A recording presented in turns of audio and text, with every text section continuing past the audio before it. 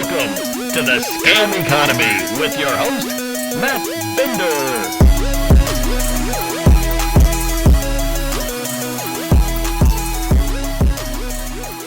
The big day is finally here. Thursday, September 15th, 2022 will go down in the history books as the day the big Ethereum Merge went down. And for most, it's just another Thursday. Hello, everyone, and welcome to Scam Economy. I am your host, Matt Binder, and today's episode perfectly lines up with the day of the big Ethereum Merge. Of course, you know, that is the day that Ethereum moves from a proof of work network to a proof of stake one. And if all of this is gibberish to you, do not fret, because on this episode of the show, we will break down exactly why crypto heads are popping off, parties, celebrations, quiet get-togethers alone in front of their computer screen, maybe zooming with one or two other people, are happening all over the globe, and we will have you covered. You will walk away from this episode completely knowledgeable, well, not fully confused about what just went down today and why the crypto world is going goo goo gaga for the brand spanking new version of Ethereum. And of course, it wouldn't be Scam Economy without the show breaking down exactly who's getting rich off of all this. Spoiler alert, it's not you. But before we do all that, listeners and viewers of Scam Economy can celebrate the Ethereum Merge in their very own way by, of course, going to patreon.com/mattbinder and becoming a paying subscriber to this show. You can also support this show by going to youtube.com/mattbinder and dropping a super chat if you're watching the live premiere version of this show, or dropping a super thanks on the replay. You can also go to twitch.tv/mattbinder and follow the Twitch channel there.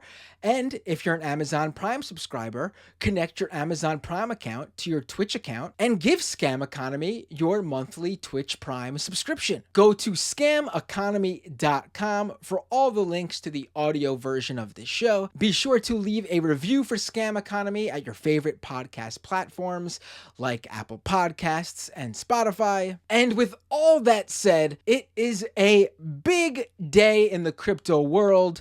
Literally like half a decade or so in the making here, and the stars aligned perfectly for it to all go down on the day this show drops its brand new episode. And joining me now to celebrate the fact that the merge is here, the Ethereum Merge day has arrived, and joining me on this very, very special day, co-host of the Crypto Critics Corner podcast and head of research at the crypto outlet Protos, Bennett Tomlin. Welcome back to Scam Economy. Glad to be here. Now, Bennett, on this fantastic, joyous occasion, I'm so happy for you to be able to join us and basically, quite frankly, walk me through this, and everyone listening, walk us through this confusing mess that is the Merge, Ethereum 2.0, proof of stake, and all the, tomfoolery that will come out of this. And of course, why the crypto world is sort of so jubilant on this day, and what they sort of think will come out of this. A lot to talk about, basically. But first, you wrote this great piece for Protos over at Protos, Protos.com, that basically, frankly, explains everything anyone would need to know about the merge. And, we're just a few hours when this airs, a few hours. Right now, we're actually a few hours before the merge actually occurs. When this drops, we'll just be a few hours removed from the merge happening. So who knows how it goes quite yet. But none of that really matters because at the end of the day, they'll fix the kinks or whatever, and we'll be left with this. What is Ethereum 2.0 and this merge that is happening? So it's not Ethereum 2.0 anymore. It is not. They're not calling it that anymore. But to understand, back in 2017, Ethereum was much newer at this point, having only existed for a couple of years. Vitalik Buterin, who's one of the founders of Ethereum, went on stage at Beyond Block Taipei and started laying out his vision for what the next version of Ethereum would look like, that he called Ethereum 2.0. And there were two major pieces to it at this point. One was that they were going to transition from their existing proof of work consensus to a proof of stake consensus. And the other part is that they were going to create something called sharding. So the consensus change, Ethereum, for the next few hours, much like Bitcoin, currently uses a whole bunch of computational effort to secure the network, primarily on GPUs instead of like the special machines like Bitcoin uses. But still, all around the world right now, tons of computers are doing a whole bunch of largely pointless operations in hopes of getting some ether. In a few hours, that will change, and the system will instead be governed by proof of stake, wherein people who currently have Ethereum can choose to lock it up and run a node that is doing the process of validating and proposing blocks, and they'll be eligible for the rewards from the blockchain. So that's the consensus change. The other part that was described at that point was sharding, which is where the Ethereum blockchain was going to become a whole bunch of different blockchains, each that would be kind of on its own and kind of connected to the others, and that by building Ethereum in this way, they would be able to do vastly more transactions. Now the vision has shifted, and the only thing that's happening for the merge here, the only change, is the shift in consensus from the proof of work algorithm to the proof of stake algorithm. I gotta say, they probably could have come up with a better name than sharding. I mean, it took me a second to realize you were saying sharding with a D and not, the thing that, Not the other one. When you reach a certain age, sometimes you'll accidentally do something, and that's what it's called, with a T though. So they probably could have come up with a better name, but naming and describing things is not one of crypto's specialties. If you're looking for that, look elsewhere. Right. Yes. So the more important thing, though, I think, is the explanation you just gave of proof of work versus proof of stake. Let me just make sure I understand this for everybody. I know what the difference is, but it is sort of confusing when you first explain this to someone. So basically, all these processing power, these high processing powered computers were previously doing all these computations that would mine for Ethereum, much in the same way Bitcoin mining works. Now, basically, the process that adds these blocks to the blockchain will be done by people who stake large quantities of Ether on the Ethereum network. Yes, that's exactly right. And staking is sort of like having a savings account and leaving your crypto in, on the Ethereum network. Right now, it's more like a certificate of deposit because you can't withdraw from it. A savings account you can withdraw from right now. Right now, anyone who is staking Ethereum cannot withdraw until some amorphous point in the future when they do another hard fork to add in the ability for people to withdraw. Whoa, hold on a minute. All right. I think I might have missed this over my time looking into crypto. Now, this is not the case with staking every crypto, is it? No, no. But Okay. there's often like a process, like a certain number of days you might need to wait from when you send the command to say, I no longer want to stake until you have your coins. Whereas for Ethereum right now, there's just no way to send the command. There's no way to say, I no longer want to stake and I want my coins back. All right. This is a incredible factor here when we get to in a little bit, basically on this new Ethereum network that will exist post merge, just how much ether you'll need to stake to actually benefit from this change. And we will find out exactly how much that is. And basically, from what you're telling me, that amount will be untouchable for the time being, at the very least, which is quite shocking. But we'll get there in a second because I don't want to jump ahead. So this merge that's happening in a few hours from when we're talking, and will have happened in a few hours before most people listen to this, they're basically doing the technical things that need to be done to basically swap from one network to another. Now, what happens to all the ether that's Ethereum 1.0 right now? What happens to all that ether on the current or former Ethereum blockchain? That what happens to it after the merge? Well, it is then Ethereum on the proof of stake chain. Like the idea is the state is continuous between them. One block, it is running on proof of work. It hits the specified cutoff amount, and the next block should be created by the proof of stake validators. And all of your Ethereum that you had should still be part of that same continuous chain of blocks.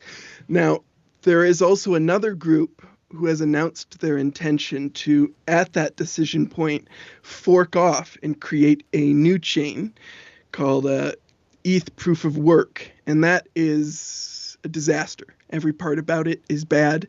Their white paper has 7 pages that say this page intentionally left blank, 2 cover pages and nothing else.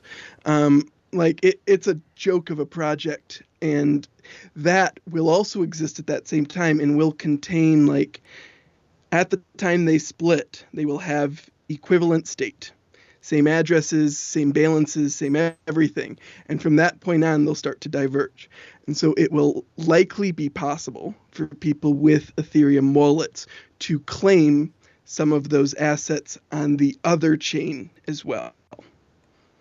Wow. Okay. So, and that other blockchain that's the one that the current Ethereum miners are wanting to run so they can continue their proof of work, or is this something separate from that?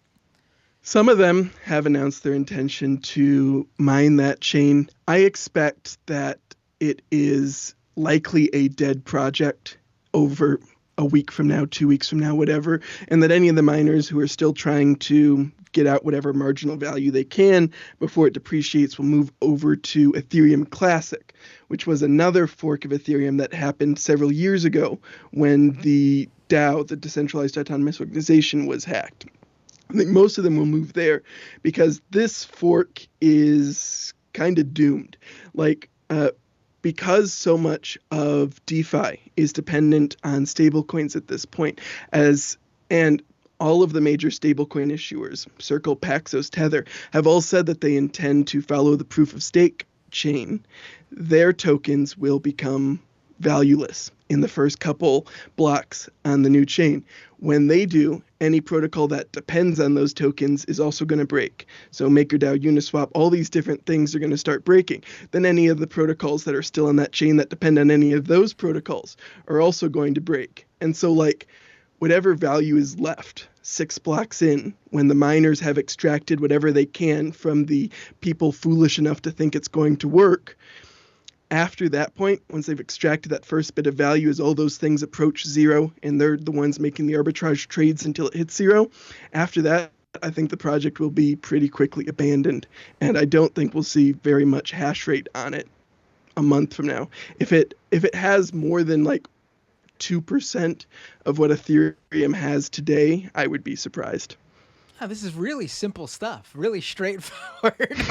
I mean, it's amazing. Every time, we were talking a little bit before we started recording here. Every time I start to really understand a lot of this, these aspects of crypto that are again purposefully, convoluted and confusing. There's a new pinnacle of convoluted and confusing, and I think this merge might do it, at least for now. Years in the making to get this complicated. Let me ask you this now. I've seen before that, sometimes, and there's a lot of assets that live on Ethereum, unlike Bitcoin, where the Bitcoin blockchain is for Bitcoin tokens. On the Ethereum blockchain, there are a lot of various assets that aren't necessarily cryptocurrency tokens. For example, NFTs. And I've seen previously where NFT projects issued like new NFTs, like the NFT project 2.0, thus saying like the old NFT 1.0 assets are worthless. And however, people say, hey, I just got basically two assets for the price of one, because they usually give the person who owns the 1.0 asset the 2.0 one as well. So they try to keep it going on both versions. Is that something that can happen with this merge? Say I own some ether right now. When this merge happens, will I have old ether and new ether on two separate blockchains? You'll likely have ether on like the proof of stake blockchain, and then ETH-POW, or whatever they end up calling it, on the other blockchain. And this is true for any asset you have. So all the NFTs, all the tokens, everything is duplicated to the other state, and will exist there. Like they will exist as part of that blockchain. But like for like an NFT project where possession of the NFT confers some kind of benefit, right? Even if it's just joining a Discord or some of the ones that let you go to certain events or whatever, the human beings behind that organizing and those decisions will likely say you need to have one of these NFTs on this chain or on this chain. And so because of that, I think it is unlikely that there will be a lot of demand for the NFTs on the other chain. And I was talking about some of the other assets which are going to very quickly crash in price. But like some of those, even while they're quickly crashing in price, will still have trades occurring, because like Uniswap and other DEXs use this structure called an automated market maker. And so as it's approaching that, as people are making the trades, it is doing that automated. NFTs are much more often a more manual process, wherein someone is listing the asset and individuals are coming in and giving bids or offers on that specific asset. And so when you are on what's I think is going to effectively be a ghost chain with a duplicate asset with no benefits, I think it's going to be hard to find people interested in bidding for that. And so a whole bunch of people will have these assets, but that doesn't mean they're going to have anyone who's going to want to take them from them. Right. Like there's no reason to think they're going to be valuable after it. Right. But ostensibly, like, say I'm someone who got into one such NFT project that did what I said, or they released a version 2, is CryptoPunks. So ostensibly, if I got into CryptoPunks early and have both a version 1 CryptoPunk and a version 2 CryptoPunk, after the merge, I will have CryptoPunk version 1, Ethereum Network 1, CryptoPunk version 1, Ethereum Network 2, CryptoPunk version 2, Ethereum Network 1, and CryptoPunk version 2, Ethereum Network 2. Correct. Yeah. Everything gets duplicated. I want people to understand that this merge that Bennett is telling us about right now, this is something that the crypto world is celebrating right now. That they think it's going to make everything so grand, so amazing. They've been looking forward to this for years. It's been like a running joke where like the merge just kept getting pushed back. Not even just year after year. Like I feel like almost like quarter after quarter. Like every a couple of months, it'd be pushed back another couple of months, and then before you know it, we're like 5 years down the line. Yeah, yeah, it's been pushed back from like originally supposed to be launching in 2018 until September 14th or 15th, because it'll probably be after midnight UTC is when we're finally going to get it in 2022. So it's been half a decade basically. Right. And now, so let's get into this because, I had mentioned, I started talking with you about the joyous celebrations we're having, of course, about this and how the crypto world is partying it up. And I guarantee there will be photos and videos from like weirdo parties at 1 a.m. From like crypto nerds in the financial district in New York and Silicon Valley, partying it up about this stuff. But why is it that they think this is going to be such a big deal? Well, some think it is important to move away from proof of work because they believe that proof of work has heavy environmental costs. Right, is that in the process of using all this energy and mining all these cryptocurrencies, that process is inherently wasteful and is something they should change away from. And this has been like a belief in the Ethereum community for quite a few years. Like even early on in Ethereum's history, there was people discussing making that change for that reason. It used to be the environmental costs used to be a thing that Bitcoiners talked about. Like Hal Finney, one of the first like real prominent Bitcoiners, one of the first things he ever tweeted about Bitcoin is that he wanted to figure out a way to reduce the environmental impact of it. But now Bitcoiners can't talk about that because they'll be exiled from their community, whereas Ethereum seemed to want to still move towards that. The other aspect is the process of getting the block rewards. Instead of the block rewards going to the miners who are spending dollars, currency, whatever, to get energy to mine Ether, it instead goes to the largest holders of Ethereum. So for individuals who are large holders of Ethereum, they now gain the ability to profit directly from the block rewards of the blockchain, rather than those going to these miners who are often very distinct parties from like the chain users and the holders of the token. And so for individuals with a lot of Ether, this transition really gives them the opportunity to more directly profit from just the continued operation of the chain itself. And so that was another part of it. The final part is, I think, largely like the environmental cost was a big one. The other one is there. Well, let's actually get into the environmental stuff because that is usually what I say. And again, I know the Ethereum community. I've done an episode about this, how the difference between the Bitcoin sort of communities and the Ethereum communities. Whereas in my experience, and you can tell me if you agree, disagree. The Bitcoin community is still very much that like old ideological libertarian bent thought process behind that. Yes, there are some people who are just in it to make money, but even those people tend to be like older finance types, which more stuffy type libertarian people and them go hand in hand sometimes. Whereas Ethereum network, I don't want to say more socially aware, but they do seem to be more socially aware, even if it's just for the purpose of what they put out there. Like, I'm not saying you have a blockchain network in Ethereum that's full of progressives and leftists, but they do seem to be more conscious of how these sort of social issues look and paint the picture of crypto to a larger audience.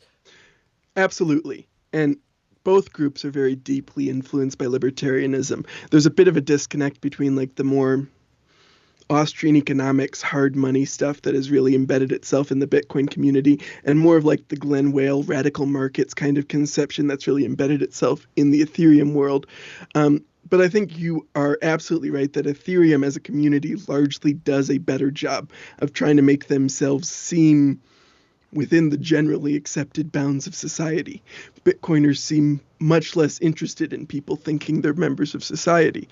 Um, and we were talking about the energy use here, and that is like potentially in the meta, in the political game here. There are Bitcoiners who have accused Ethereum of playing like a very calculated game here, and that they've been waiting for this moment when things are like prominent enough and politicized enough to make this transition, to prove that it's possible for an existing major proof of work blockchain to transition to proof of stake, so that they can now combine it with a bunch of political pressure surrounding Bitcoin's energy usage and environmental costs and things like that. And so possibly the transition here helps them make a more striking comparison between themselves and Bitcoin, both to investors broadly, but also perhaps to regulators, lawmakers, and other individuals who can affect the larger meta battle between these tribes.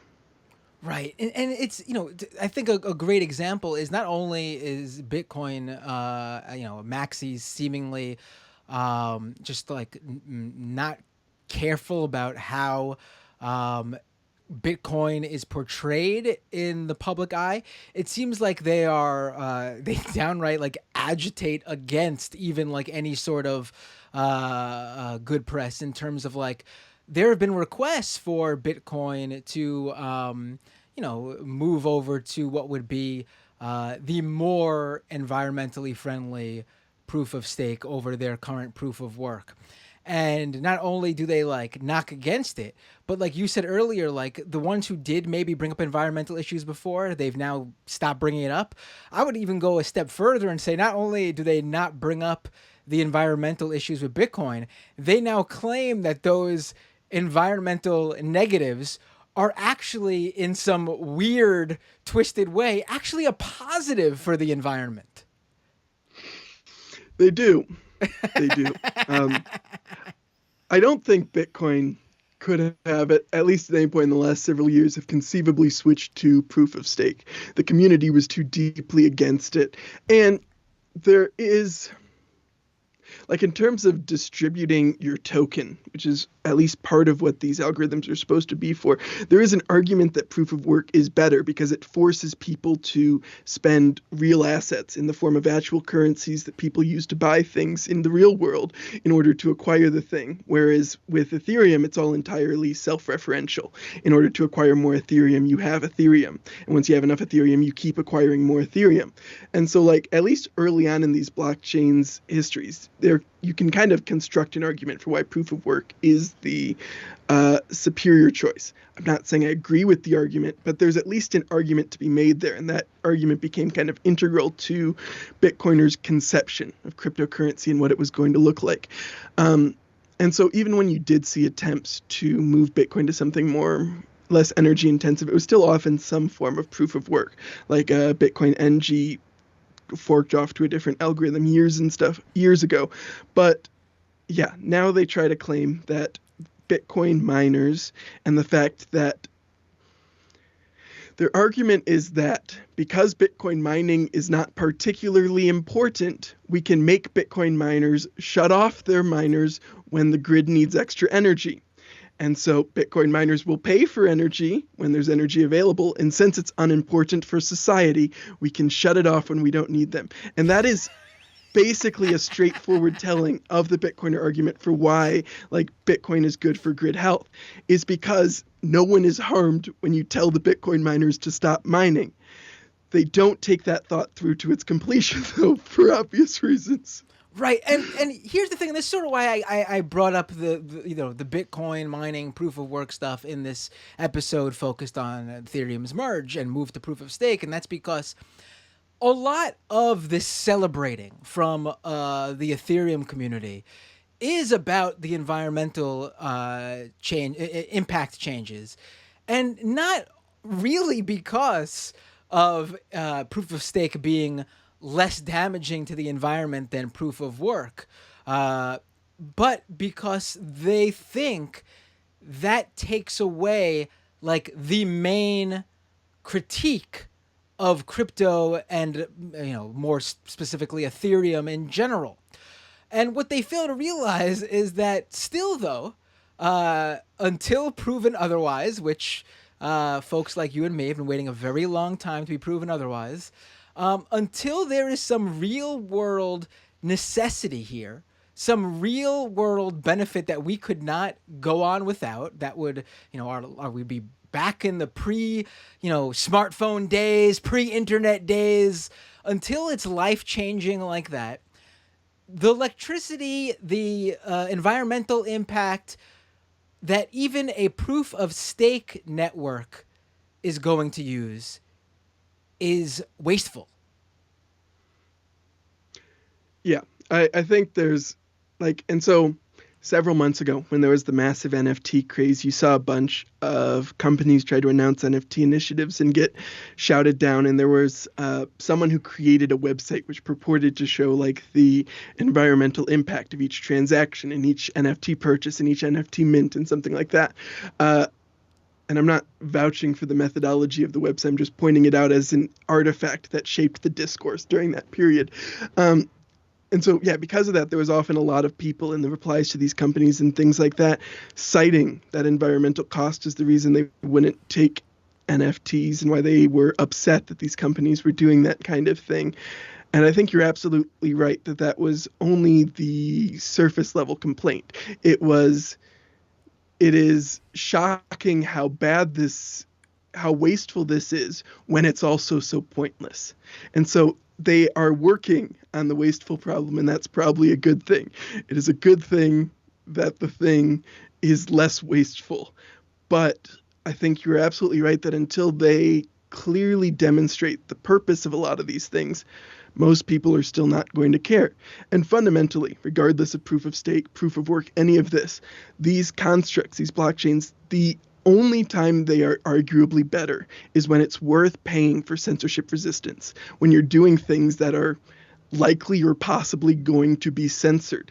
And so it's still such a poor fit for so many of the things that people are trying to use it for. So because of that, no matter what you do, it still seems worse than the alternative because you're paying for this replication, you're paying for these efforts, you're paying for all these things that you don't actually need for almost any use case. And the ones who do need it are a small minority of people in unique situations, not the vast majority of people that they claim to want to spread these things to. Right. Now, before we dive deeper into the staking aspect of all this, I want to ask, now, is this merge to this new Ethereum network, is it going to change the speed of transactions on Ethereum network? It will not. No. Is this merge to this new Ethereum network, is the new Ethereum network going to have solved the problem where gas fees, which are the fees that arise when you try to transact on the network, and those fees rise to enormously high costs based on how many people are also partaking in transactions at that moment? Is this going to solve that problem of the enormous gas fees? It will not. I just wanted to make that clear, because you think if you were going to do this, you would work on at least solving one out of two of those major issues, right? Well, and originally it was supposed to, the original vision had sharding, which was supposed to be this way to get an order of magnitude or a couple of order of magnitudes more transactions by shifting a lot of the data and the execution into these separate shards, right? But then that they discovered was extraordinarily complex and is no longer, at least part of the near-term vision for Ethereum scaling. And so since that was removed from this thing, it's just really the transition to proof of stake. There are some plans to aid scaling in the future. Those are currently in the future.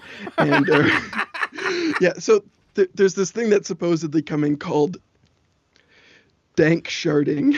Oh my God. They really don't. I will say the one you mentioned before where some of those Ethereum miners are going to fork off. Now that's a clever pun right there. But the sharding thing, you think they would come up with something better than that, and then dank sharding? Oh my god! All right, break it down for me, Bennett. That is complex, but it's basically going to involve right now. Or in a few hours, when we switch over to proof of stake, the validators who are staking are the ones who will propose blocks to the network. And then other validators, when they see those blocks, will attest and say, yes, that was the block I saw. It's the real block. We're going to build on top of that block. They want to change that. They want to restructure Ethereum so that the validators proposing the blocks are different than the individuals building the blocks. And so they want a separate set of infrastructure, which are going to be even larger and more powerful computers than the validators need to be. And these are going to be the individuals who are going to take all of the various transactions, construct them together into blocks. A whole bunch of these are going to then tell the proposers, here's our block. We'll pay you this if you send our block out. And then the proposers will be able to send that block out. Dank sharding, as part of this, is going to try to make it by making a variety of changes, which are almost beyond me, so we're probably beyond this tonight, but tries to make it so that the regular validators, the one proposing the blocks, each only need to download a tiny part of the total data that's being transacted and used by the Ethereum blockchain. And the block builders, the big ones, the ones who are taking all these transactions and putting them together, they're the ones who have to download much more of the data. And so the task of processing the data for the validators is no longer does every validator need to download all the data. They download a shard of the data, a portion of the data, their own dank shard. And then a whole bunch of them are all downloading and overlap enough with each other that you're supposed to then be able to prove mathematically, if enough of them say so, that all the data is there that's supposed to be there. Several parts of this are still what the Ethereum Foundation calls an active design space or an active research space, which means the implementation and the details are likely to change, which means the optimistic timelines of this coming in perhaps a year or 18 months are probably optimistic based on what we've seen from previous Ethereum research, especially when it's still in the conception stage. So in the future, they hope they'll be able to make changes that'll make it easier for people to validate. And when they do that, it'll make it possible for them to make blocks bigger, basically, effectively. So because of that, shove more stuff in the blocks. And so at that point, it won't become faster, but it might become cheaper. Got it. You know, maybe. I will say, I knew it was going to happen eventually. It took 30 episodes of Scam Economy, but finally had a guest on who lost me. I mean, you did get me back there at the end. And honestly, there were moments where I thought that you were about to lose you. It is complicated. And so Ethereum shifted from their vision of like these separate sharded blockchains to now having these roll-ups, which are these basically separate blockchains run by like Arbitrum and Optimism and these other sets of validators who then post a bunch of data to the main chain. So they move some of the execution onto these other chains and they post a bunch of shit on the main chain. Problem with this is now there's a bunch of shit on the main chain. So all the work now is to try to figure out how do we get rid of the shit. And so like related to dank sharding is they want to change the way the data is stored to make it cheaper to store some of this data. And then they want to like make it so that no data older than a year is retained by default. So like the way a lot of like the stuff in the back end that users don't have to worry about right now is also going to change because it's no longer going to be possible for someone to like stand up a node and easily sync it from the beginning of the chain and prove it from the beginning of the chain. They'll sync like from a week ago and see only the blocks since then. And so there are also just some broader changes philosophically to Ethereum where they are getting more comfortable with people who validate, who run these nodes, who actually participate in the network, participating somewhat less, having by default access to much less of the history and much less of what's happened on the chain, which I think is likely to have unforeseen consequences. But because they're unforeseen, I can't tell you exactly how. Listen. All everyone listening to this needs to know is that right now, there are people literally popping champagne bottles over everything Bennett just said. So let's dive into this, because I told people early on, because you had floored me with the that information about staking, where people who currently stake in the Ethereum with their Ether in the Ethereum network cannot withdraw that. There is no mechanism to do so.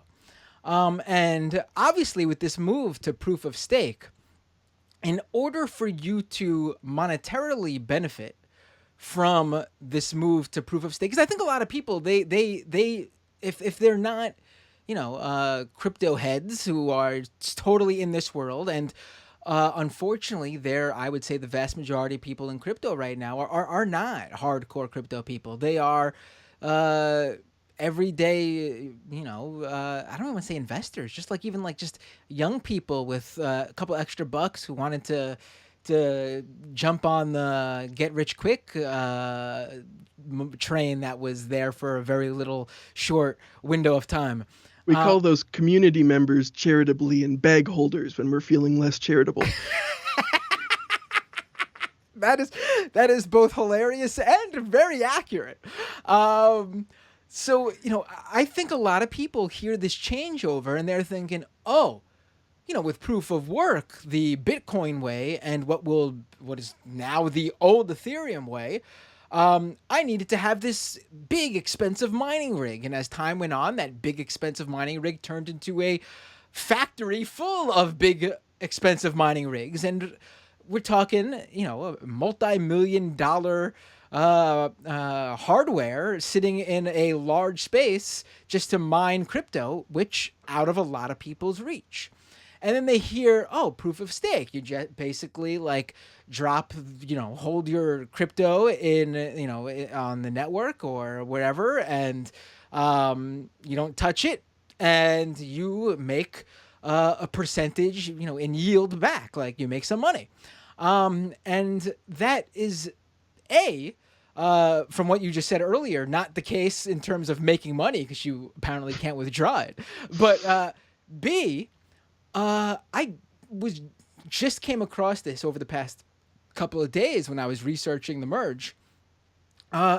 If you're just like some low-level investor with maybe like a couple hundred, maybe even a couple thousand, maybe even like $10,000, $20,000, $30,000, thinking you're going to stake your crypto and make some money off of this, well, does Bennett have some news for you?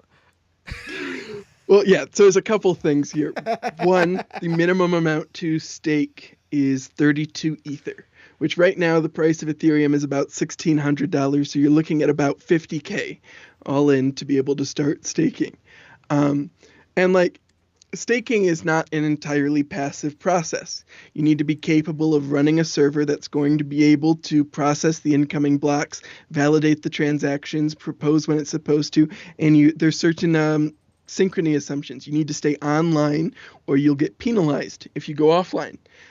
You also need to make sure that you're running like a minority implementation of the software, and like make sure that your software is following the rules it's supposed to. Because if your software misbehaves, if your validator misbehaves, you'll get slashed and you'll start losing your Ether that you have out in your wallet.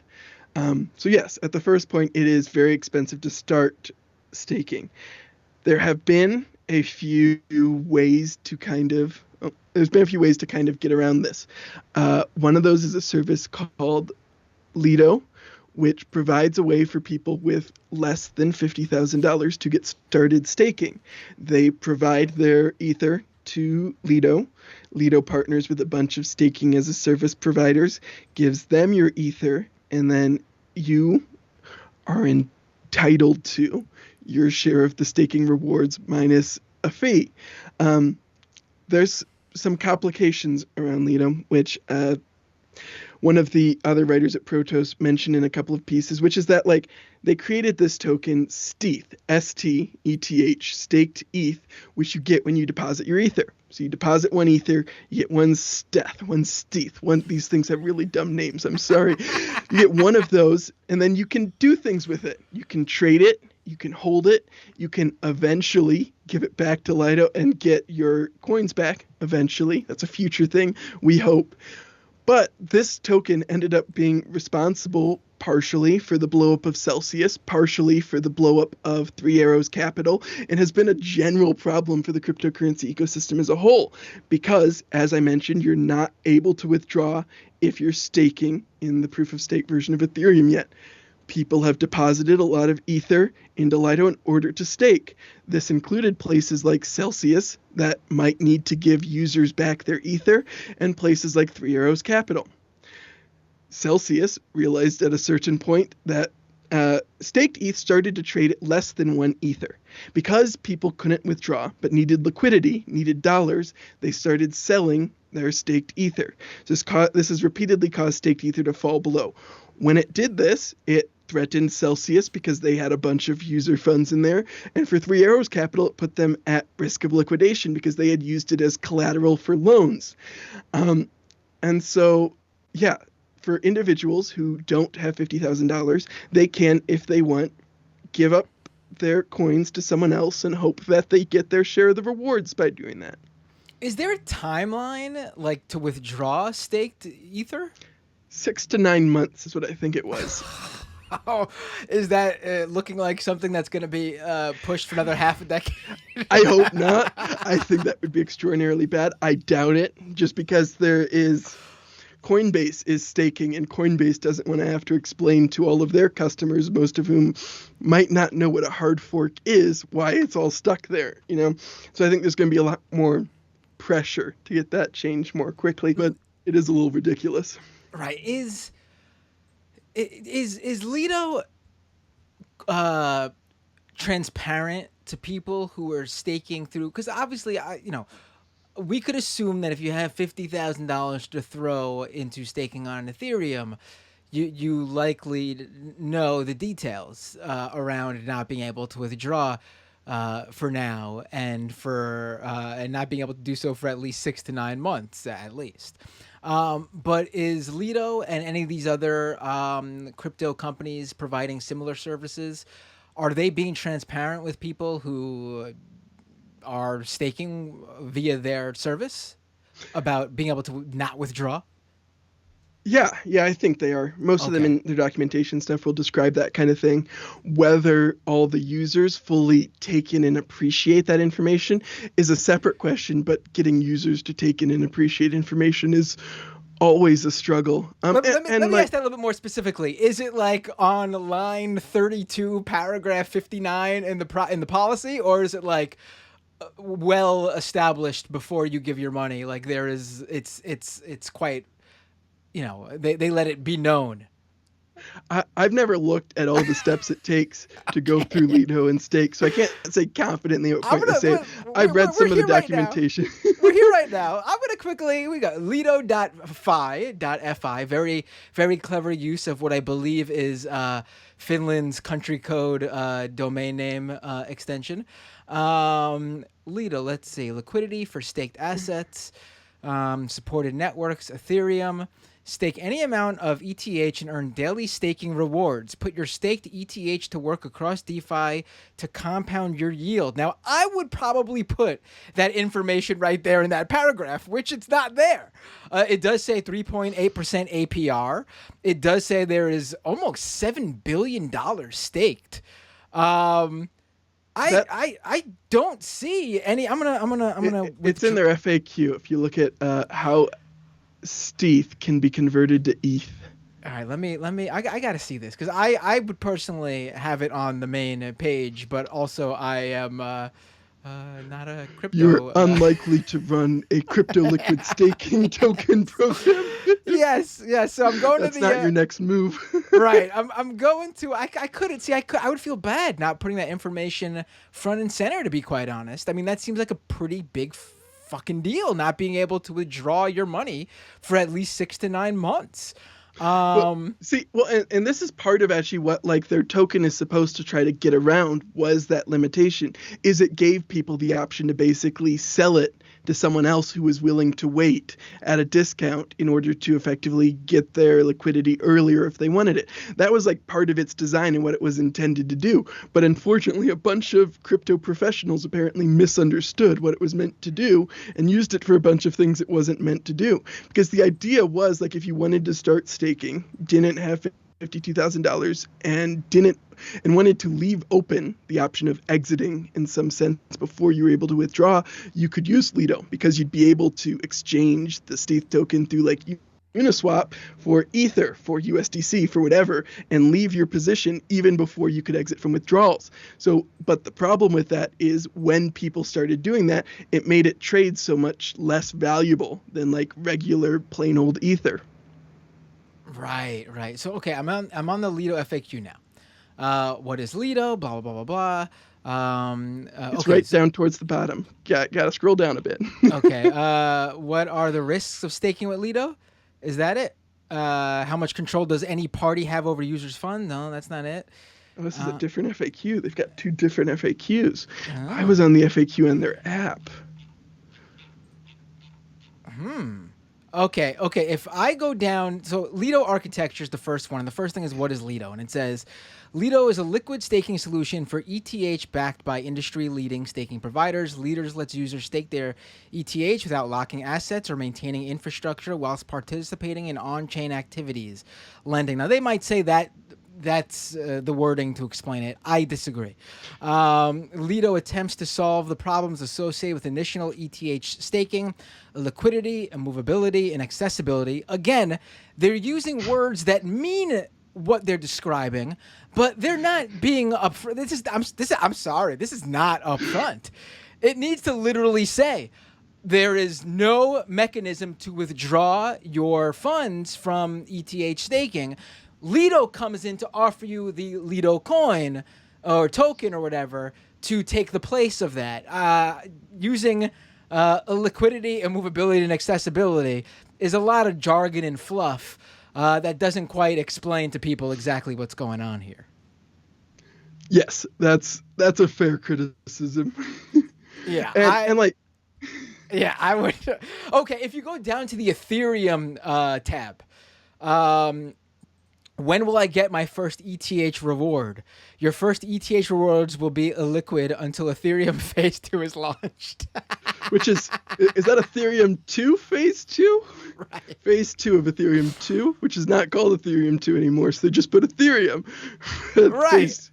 Yeah, this is, again, it's not clear. I'm not saying it's well written. I'm just saying it's there. Yeah, and again, this is for the only reason you would need this service is if you're someone who doesn't have $50K to throw into crypto, which is obviously probably the vast majority of people, but also the vast majority of that vast majority is probably also not understanding what Lido is saying in this, marketing lingo here.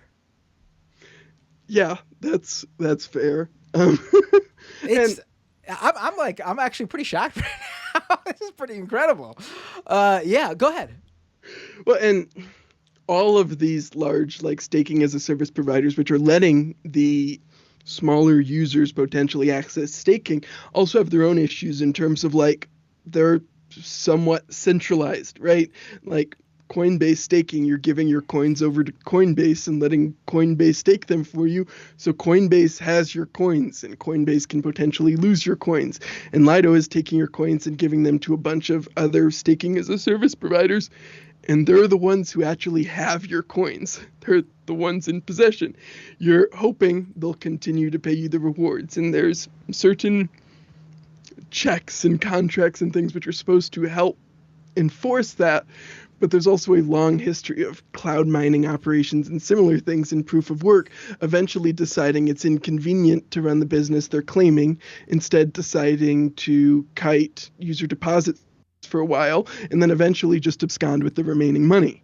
And so there's always this concern whenever you're using one of these services is that as crypto likes to say and then completely ignore, not your keys, not your coins. In any of these where you're giving up that amount of control, you're giving up that amount of control. They're no longer your coins. You have an IOU token and hope you're someday going to be able to get your coins back. And on the other side, an entity like Coinbase that's sitting right in U.S. jurisdiction and has all these assets potentially becomes an attractive target for regulators or law enforcement if they want to try to exert influence over the Ethereum network in any way or things like that.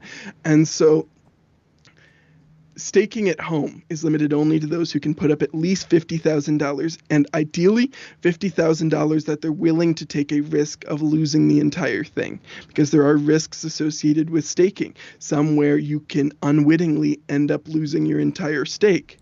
And so if you only have $50,000 in Ether, you probably shouldn't be staking at home yourself. And so staking in that way is only available to a few, and those who choose to participate in other forms of staking are giving up some of the control that crypto is supposed to be fundamentally about. Right. And on top of that,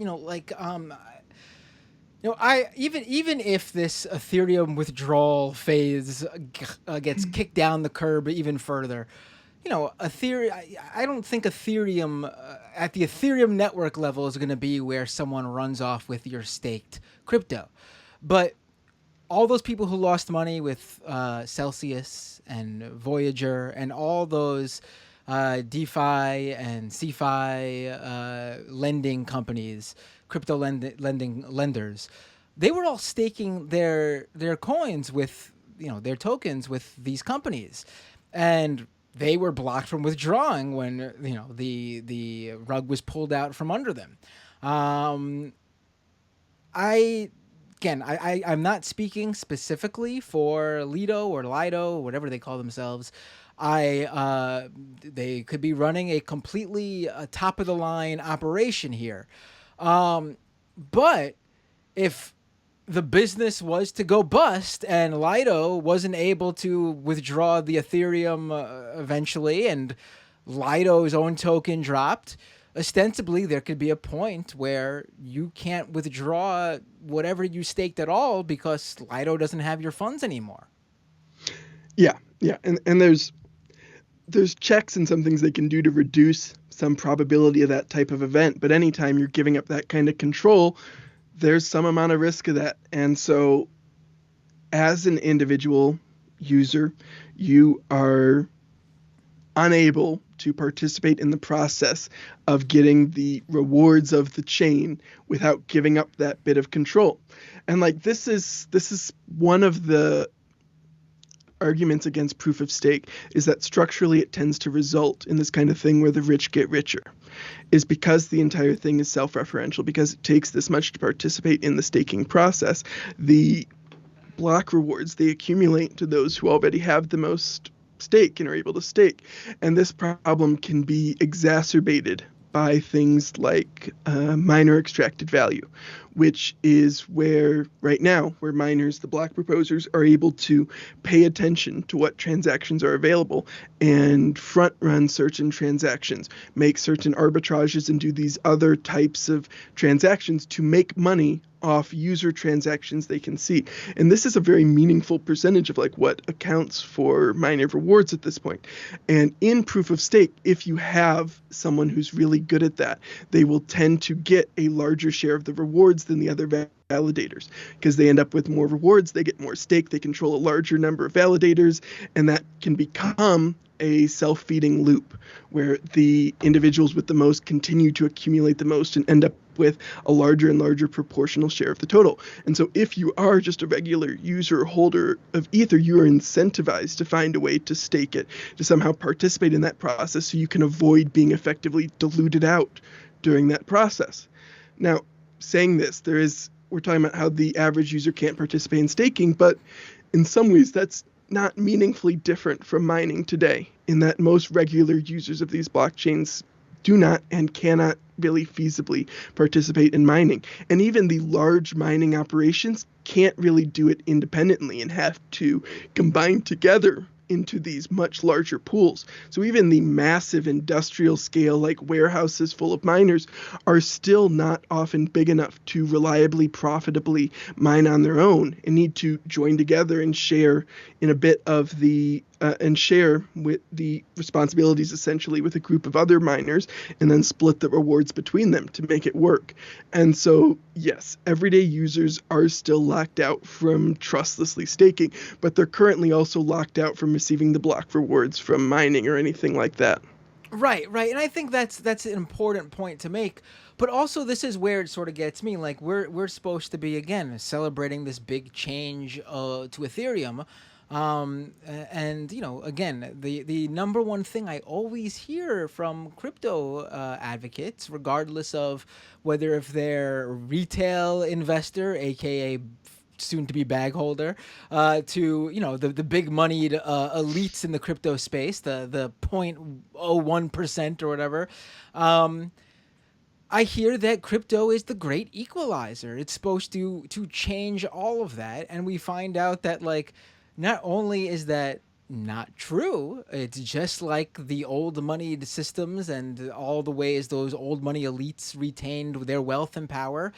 Even inside crypto itself, in the bubbled crypto space, even every facet of that is the same way. Even the break off, in this case, the proof of stake advocates and networks and believers, even they are part of that same system where, if you're not an insider with money who can throw a lot of money around and take big risks, and you know what, for those people, it's probably much less of a risk too, because they, like we went through with the Lido case, there's ways to go about that where if you've got the money and you can wait a little bit, you can play the system and play the game right.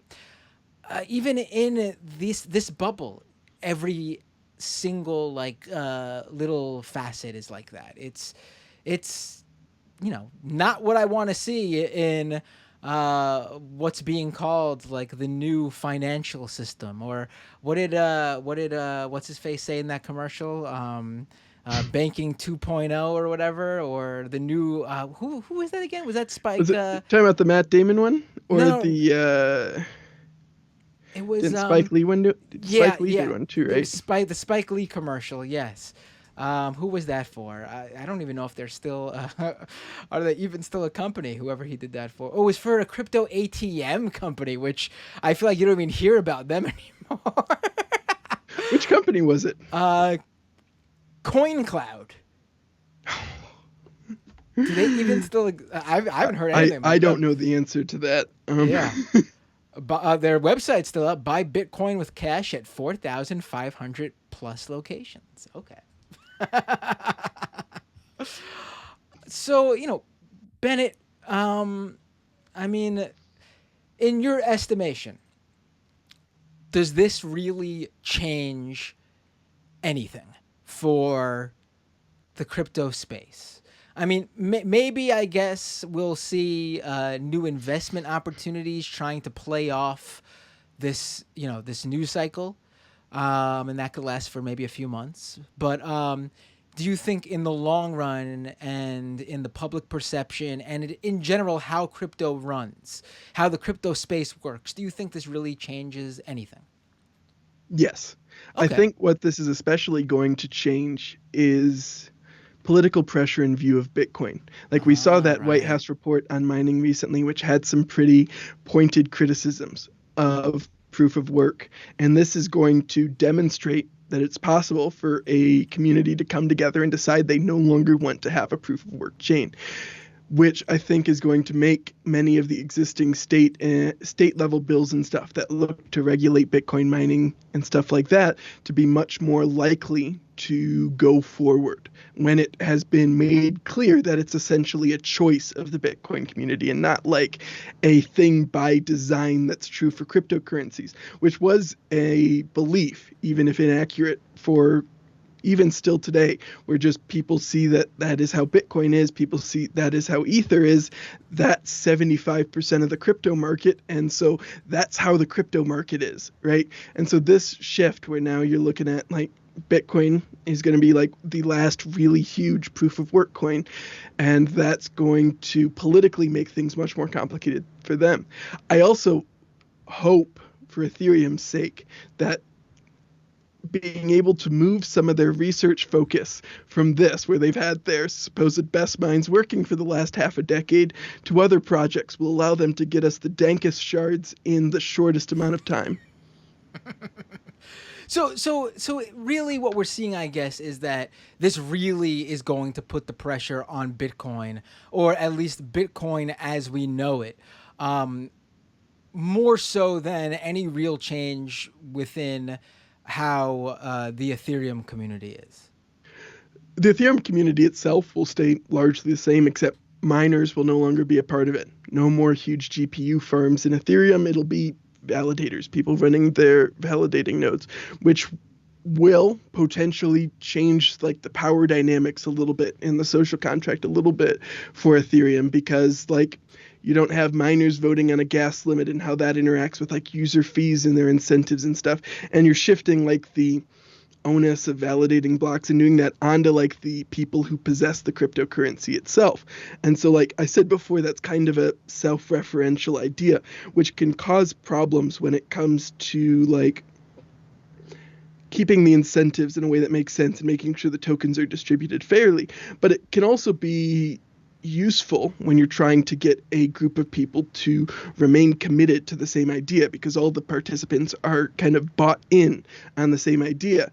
And to like do a consensus level attack on a proof of stake coin, you need to put up stake. And like because Ethereum has these slashing conditions where you can lose your stake, you can end up putting up thousands and thousands, millions and millions of dollars to prepare this, and then 2 blocks later, if you get slashed, that's all going away. It's being drained from your validators as you watched. It'd be kind of like the analogy I've heard for this before. It's like if performing a 51% attack on Bitcoin ran the risk of burning down your ASIC farm, right? Is that like because you run the risk of losing your stake, and when you attack in Bitcoin, you don't really run the risk of losing your machines. You run the risk of devaluing them, but not of losing the physical things. And so the dynamics there can maybe help make Ethereum more resilient to certain types of attacks. But I think potentially more than that might in like a community broader sense help keep all the actors in the Ethereum ecosystem kind of incentivized around the same thing, around Ether itself. Whether or not that works in practice, or whether we just start to see more like political fracturing and divisiveness as like people try to compete for that, I think is somewhat ambiguous at this point. But like I can understand the argument. I can see why someone would believe that with the way it's structured. So it seems like you'll be back on this show talking about the new Ethereum network, because there's a lot that's here, and I want to name drop again those articles so people can go search for them. Your piece, The Evolution of Ethereum 2.0, which really, if you're someone who listened to this and feels like you need to visually see the words to better understand what we talked about, I totally get that. I feel like I'm one of those people sometimes. Check that out. Search for it. It's at protos.com. And the other main piece we really got into by one of your colleagues over at Protos is here's how insiders are getting rich off the Ethereum Merge. And that's the piece that really dives into Lido and what's going on with these moneyed interests who are involved with making a play off of what's happening with the merge and the new Ethereum network. Bennett Tomlin, co-host of Crypto Critics Corner podcast, head of research over at Protos.com. Thank you so much for joining me and really walking us through that. I know you had to step away momentarily from that big Ethereum merger house party you're currently throwing.